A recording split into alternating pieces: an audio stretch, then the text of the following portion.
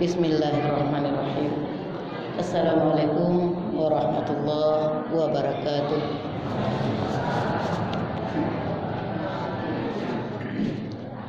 Alhamdulillahilladzi amarna bisiyami Ramadan wa nahana an ittiba'i khutuwati syaitan. Asyhadu an la ilaha illallah wahdahu la syarikalah wa asyhadu anna Muhammadan abduhu wa rasuluh la nabiyya ba'da, amma ba'd. Rabbi shrah li sadri wa yassir li amri wahlul 'uqdatam min lisani yafqahu qawli. Bapak-bapak, ibu-ibu, kaum muslimin wal muslimat, sidang jamaah tarwiyah rahimakumullah. Awal kalam, marilah kita bersyukur kehadiran Allah Subhanahu wa taala yang telah melimpahkan nikmat-Nya yang tak terhingga kepada kita semua, sehingga pada malam hari ini kita bisa hadir ke masjid rumah ibadah yang megah ini. Bersyukur artinya menggunakan nikmat yang Allah berikan untuk segala sesuatu yang bernilai ibadah. Itu namanya kita bersyukur. Kalau kita sudah bersyukur, artinya kita mengikat nikmat. Namun apabila nikmat sudah digunakan untuk sesuatu yang bernilai dosa, maka terlepaslah kita dari sifat syukur, maka terlepas pula lah nikmat. Karenanya mari kita selalu bersyukur setiap saat, setiap waktu. Selanjutnya salawat beserta salam kita kirimkan pada arwah Nabi kita, Nabi besar Muhammad sallallahu alaihi wasallam. Allahumma salli ala Muhammad wa ala ali Muhammad. Sekedar mukadimah ambo cukupkan demikian saja. Pada kesempatan malam hari ke, materi ceramah yang akan ambo sampaikan berjudul mencari bahagia. Bahagia adalah sesuatu yang diinginkan oleh semua manusia. Semua manusia ingin bahagia. Semua manusia mencari bahagia. Tapi tidak semua manusia yang bisa mendapatkan bahagia. Apa sebabnya? Karena tidak semua manusia yang tahu apa arti bahagia dan di mana letak bahagia. Bagaimana cara kamu mendapatkan bahagia? Awak tak tahu arti bahagia, tak tahu di mana letak bahagia, makanya tak kunjung bahagia. Sebenarnya apa itu bahagia? Bahagia itu artinya hati senang, fikiran tenang. Kalau hati waklah senang, fikiran waklah tenang, namanya waklah bahagia. Baapun keadaannya hidup awak sehari-hari, nan paralu hati lai senang, pikiran lai tenang, namanya waklah bahagia. Banyak di antara manusia yang mengatakan orang yang bahagia itu adalah orang yang gemuk badannya. Kalau ada orang gapuk, wak kecilnya lah bahagia. Dek lah bahagia na pak tu kini, lah bahagia na ibu tu kini gapuk badannya. Apakah ia orang gapuk, orang yang bahagia? Belum tentu orang yang gemuk itu orang yang bahagia.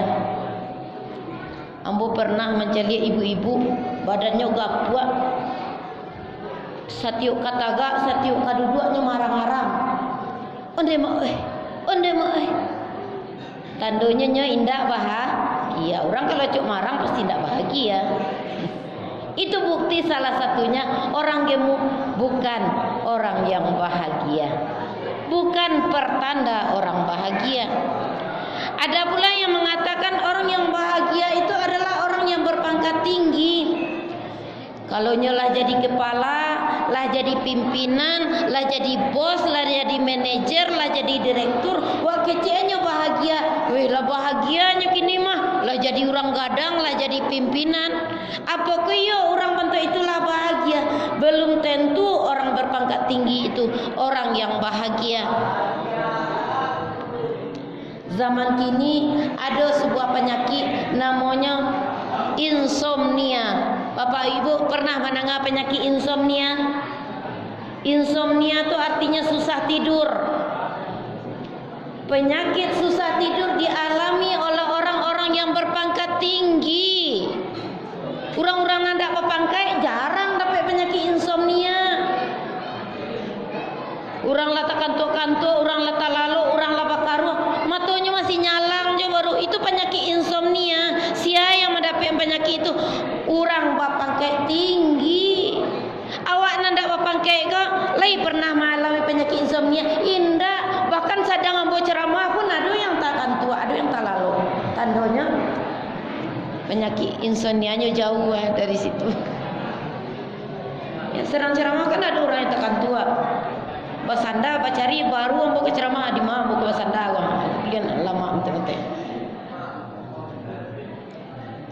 Orang yang tak berpangkat tinggi jarang insomnia. Penyakit insomnia kebanyakan melanda orang-orang yang berpangkat tinggi. Tandanya orang berpangkat tinggi bukan orang yang bahagia. Kemudian ada pula yang mengatakan orang yang bahagia itu adalah orang yang banyak harta, orang yang banyak anak. Banyak pitihnya, kadang-kadang amihnya, istana rumahnya, rancak otonya. Anaknya banyak, lebih kerajuk. Tiap bulan mengirim piti untuk amak japaknya. Wih, senangnya lah bahagianya. Apakah ia bantu itu orang yang bahagia? Belum tentu orang yang banyak harta, banyak anak, orang yang bahagia. Kadang-kadang anak tu lah gajinya, lah penghasilannya. Piti senang dikirimnya pulangnya nan badannya tak kunjung pulang. Kadang pak telepon ni anak tu, nak pulang lah, nak ama sakit. Jawaban anak, ma piti selawat transfer yo ma tak bisa ninggang kerajur. Nan wak harapkan kehadirannya dah ki awak, tapi piti yang ditransfernya. Ketika wak sakit yang wak rindukan adalah kehadiran anak, bukan pitinya. Buktinya orang yang banyak anak bukan orang yang bahagia. Dalam surat Al-Anfal ayat 28 Allah telah berfirman, Bismillahirrahmanirrahim. Wa'lamu annama amwalukum wa auladukum fitnah. Ketahuilah olehmu bahwasanya hartamu dan anak-anakmu adalah ujian bagimu. Wa annallaha 'indahu ajrun 'azim. Dan di sisi Allah ada pahala yang besar. Anak jaharatu itu adalah ujian.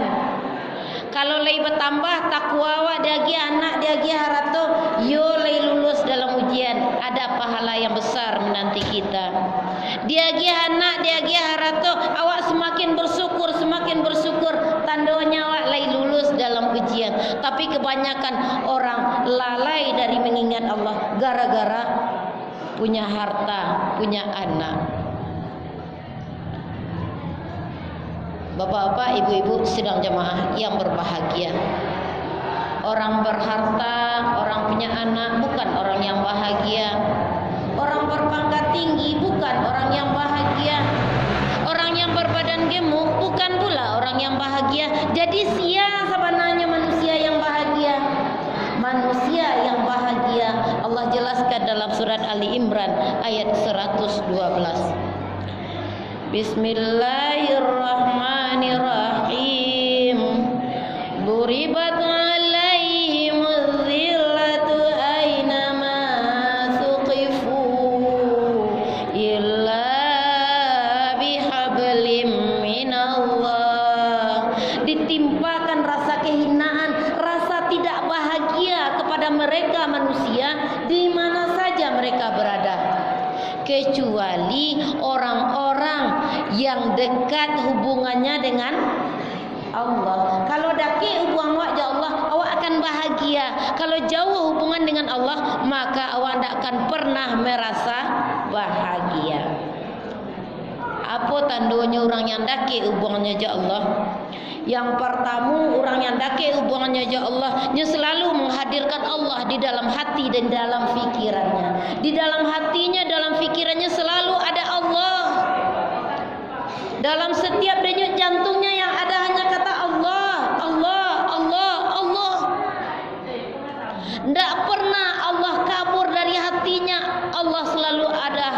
di dalam hatinya. Itulah orang yang bahagia. Orang kalau ada Allah di dalam hatinya, mulutnya kan ndak muah sembarang-sembarang mengecek, tangannya ndak muah sembarang-sembarang babuik, kakinya pun ndak muah sembarang-sembarang malangkah. Tandonya Allah layado di siku. Itulah orang yang bahagia. Allah ada di hati, Allah ada di pikiran. Dan pertama, dan kedua, orang yang dekat hubungannya dengan Allah adalah orang yang menghindari waktu luang. Tak ada dinya waktu luang dah. Waktu ku isi selalu dengan amal soleh, kebaikan-kebaikan, pekerjaan-pekerjaan yang bermanfaat, yang bernilai ibadah di sisi Allah. Itulah orang yang bahagia. Kasih.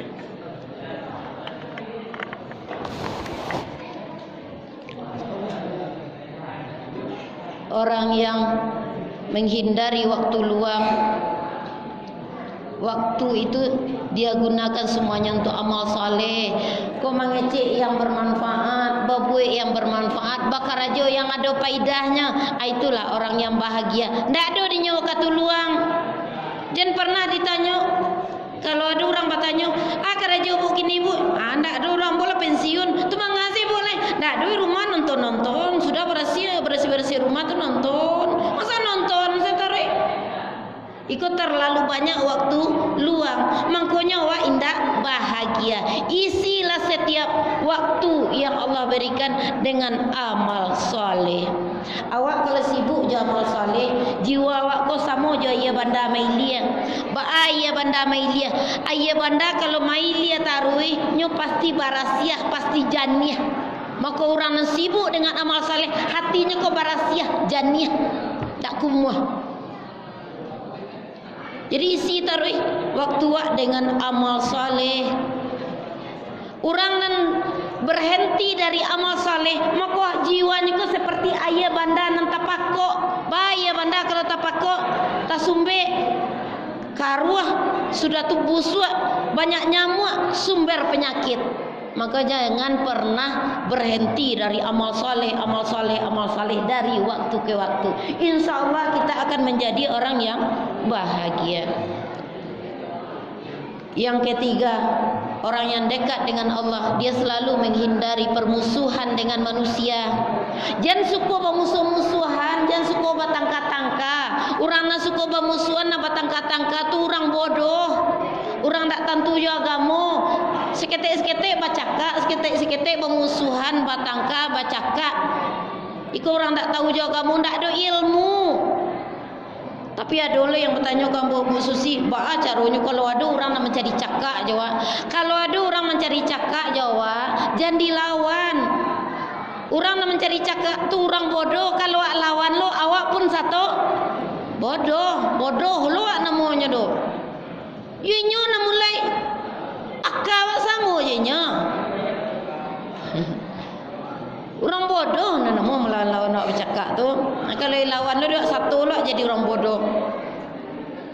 Kecik Abu Bakar Siddiq, seorang yang beriman, jiwanya itu seperti buah pauh yang tumbuh di tepi jalan. Buah pauh tumbuh di tepi jalan, buahnya masak-masak dipungkang di anak-anak jo batu. Batu pamungkang dibalainya di buah pauh tadi jo buah yang manis. Artinya apa? Balaslah kejahatan dengan kebaikan. Jai orang awak tetap jual lo. Dibai orang wak jo batu wak baiknya jo godok, jo goreng pisang. Ikut nasabana-bana orang beriman. Kan tagi-tagi lo kon ndak samo, ndak draw, ndak sanang hati wak bodoh wak nemu itu. Bapak ibu-ibu sidang jemaah yang berbahagia. Selanjutnya yang keempat, orang yang dekat hubungannya dengan Allah, pribadinya itu redha dengan takdir Allah. Apa itu redha? Suka, senang, cinta dengan takdir yang Allah tetapkan untuk dirinya. Apa yang ditetapkan Allah untuk diri wak, tandanya itu yang paling rancak. Jangan berandai-andai juga. Zaman kini Bapak Ibu banyak orang yang tak reda dengan ketentuan Allah. Dima-dimanya acok awak dengar kasus-kasus selingkuh. Bapak Ibu lai tentu selingkuh. Awaklah punya isteri, syukurlah isteri orang. Awak awak lah punya suami, sukolah suami orang, itu namanya selingkuh. Orang selingkuh tu suka cari yang beda. Dia apa-apa lah punya istri gapua, ingin lah yang kurui, selingkuh je nang kurui. Ada lah apa-apa tu lah punya istri kurui, ingin lah cuba yang gapua, selingkuh lah je nang gapua. Ibu-ibu mantu itu pula diagi oleh Allah suami yang hitam, inginlah suami yang putih, selingkuh je laki-laki yang putih. Diagi oleh Allah suami yang putih, inginlah cuba yang hitam, selingkuh lo je nan hitam. Jadi mana karanca? Awak pun dah ndak redha, ndak suka, ndak senang, ndak cinta dengan takdir Allah, mengkonyo awak ndak bahagia. Bapak-bapak, bagi yang mempunyai istri gapua, bersyukurlah dapat istri gapua. Rancak malah istri wak gapua, ndak bapiti bana wak dalam sakua, orang kampung ndak tahu ame sebab istri wak lai gapua. Bapak-bapak yang punya istri kurui, bersyukurlah dapat istri yang kurui. Tiba mambalian baju rayo, meterannya ndak sebanyak orang istrinya gapua.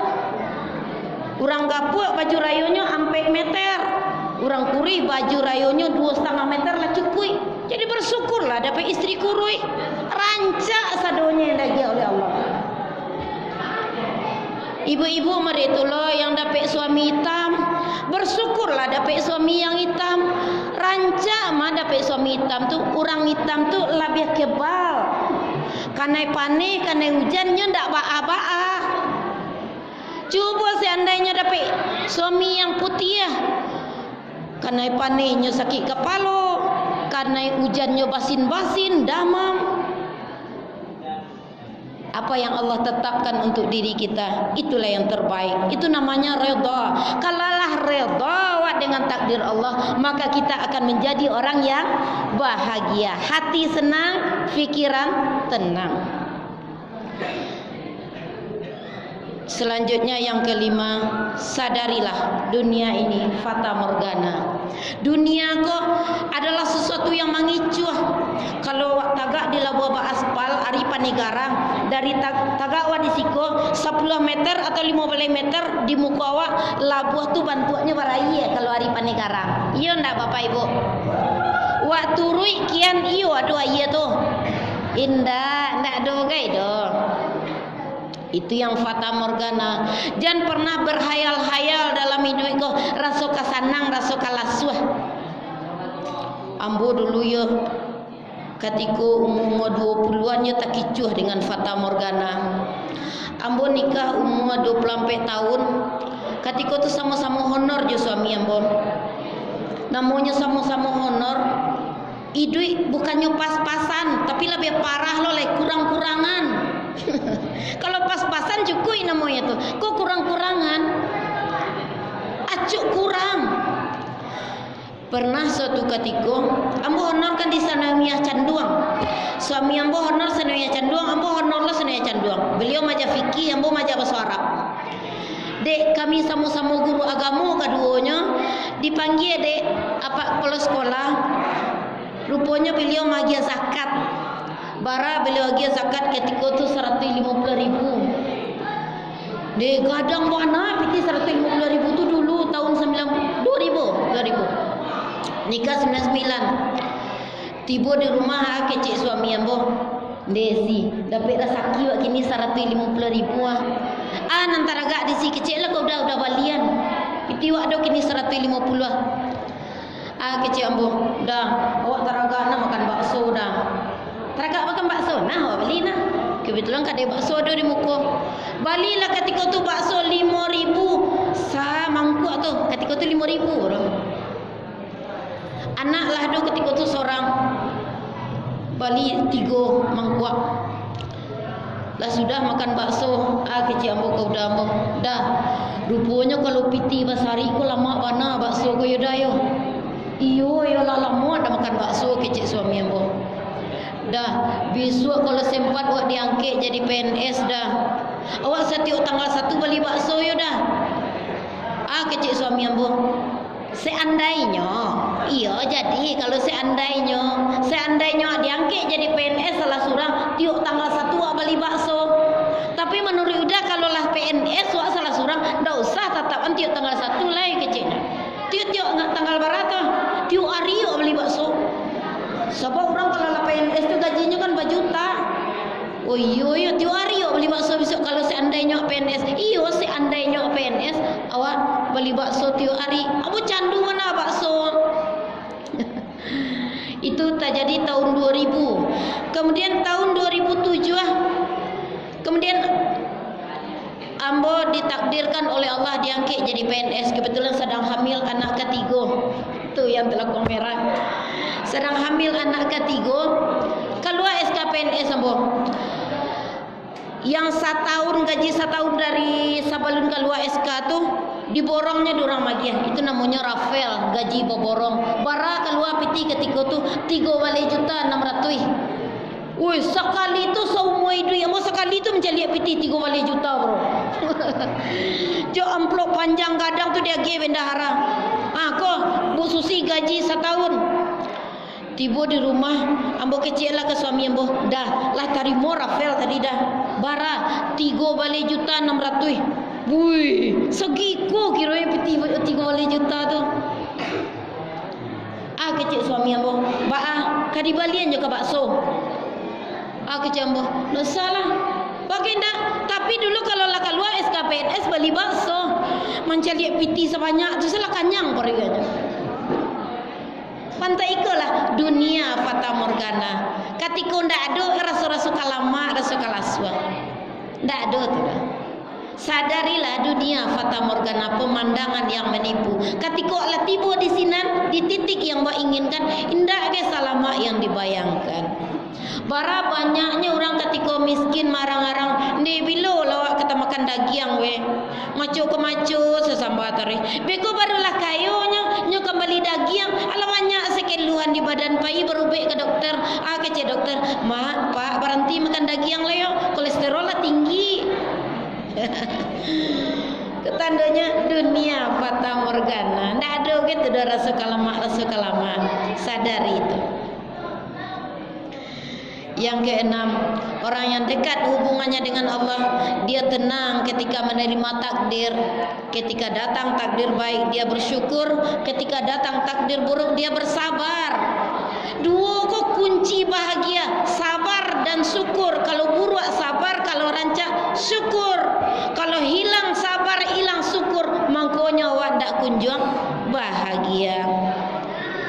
Dalam surat Ali Imran ayat 190 Allah telah berfirman, Bismillahirrahmanirrahim. Inna fi khalqis samawati wal ardh.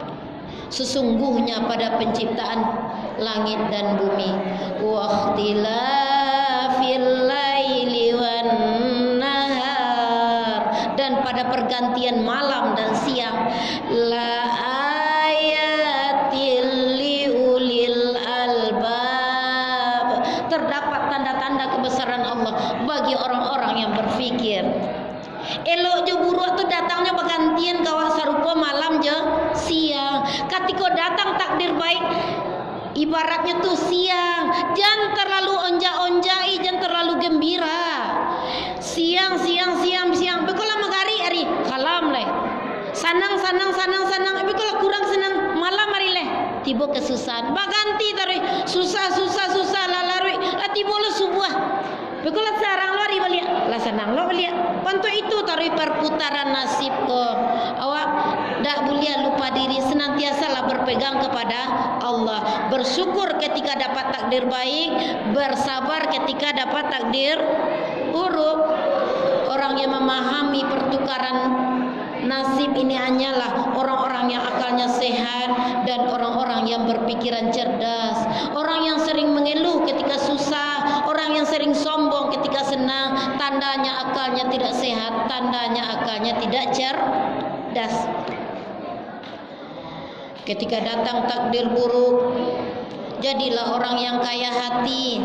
Kata Nabi, laisal ghina an kathratil aradi walakinnal ghina ghinnan nafsi. Bukanlah disebut kaya orang yang banyak harta, tapi orang yang kaya itu adalah orang yang kaya hati. Hatinya seluas air telaga. Ada orang yang penyampi kalang itu sampi hati. Airnya ibaratnya kok hati itu seperti air satu gelas. Air cek sagale kok dia garam saganggam di kaca-kaca diminum ba rasanya asin. Coba masukkan ke dalam talago garam gak saganggam kemudian di kaca-kaca diminum lagi terasa asinnya.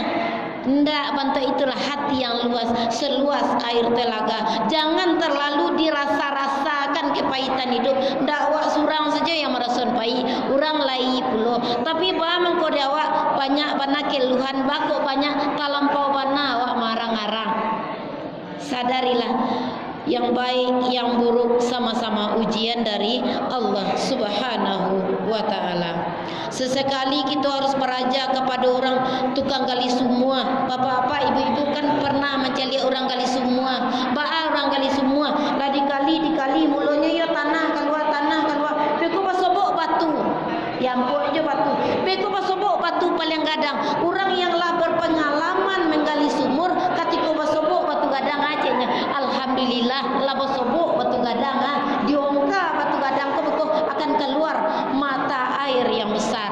Apa artinya bagi awak? Semakin besar kesusahan hidup, semakin besar kesulitan hidup, akan semakin besar pula nikmat Allah yang menanti. Maka jalanilah semua kesusahan kesulitan itu dengan lapang dada, dengan sabar hati.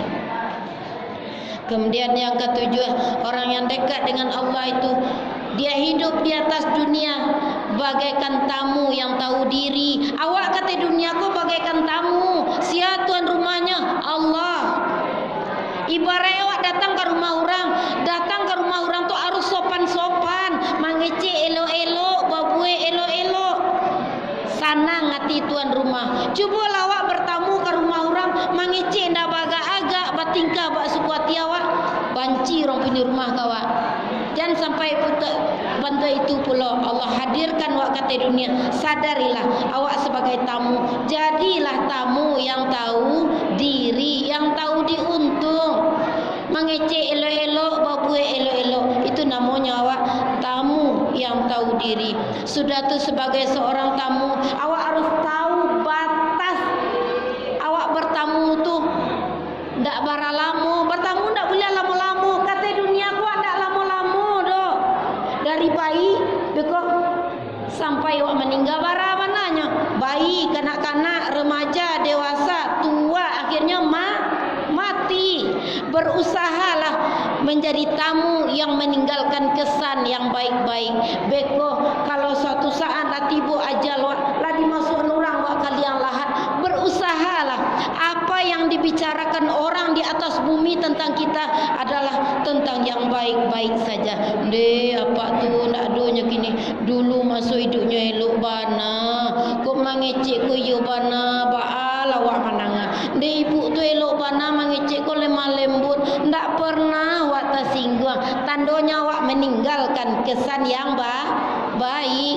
Jangan beko awak lah masuk dalam kubur ke dalam liang lahat kemudian lah ditimbun orang. Beko lah paputa orang dari Pusaro aja. De alhamdulillah lah painya ya aman negari ko rasulnya. Tandonya awak nak meninggalkan kesan yang baik. Tinggalkanlah kesan yang baik. Selama awak hidup di dunia, berusahalah melakukan kebaikan demi kebaikan agar kita dikenang dengan kebaikan. Terakhir, orang yang dekat dengan Allah, dia sering-sering memberi makanan rohani. Iko menengah ceramah ko makanan rohani, berdoa kepada Allah makanan rohani, sering-sering berzikir makanan rohani, beristighfar makanan rohani. Orang yang banyak makanan rohaninya, jiwanya semakin luas, dia akan semakin bahagia. Sebaliknya, orang yang banyak makan jasmani, ketika mendengarkan ceramah dia mengantuk, ketika tadarus dia mengantuk, ketika sholat dia mengantuk, nanti sampai di rumah nonton TV hilang kantuknya. Itu tandanya makanan jasmani terlalu banyak. Jangan makanan jasmaninya terlalu banyak. Itulah Bapak Ibu pengajian kita pada malam hari ini tentang mencari bahagia. Mudah-mudahan kita semua termasuk orang-orang yang bahagia. Bahagia di dunia, bahagia pula di akhirat. Rabbana atina fid dunya hasanah wa fil akhirati hasanah wa qina azabannar. Salah dan janggal perbanyak maaf. Usikum wa iyaya bitaqwallah faqad fazal muttaqun. Wabillahi taufiq wal hidayah. Wassalamualaikum warahmatullahi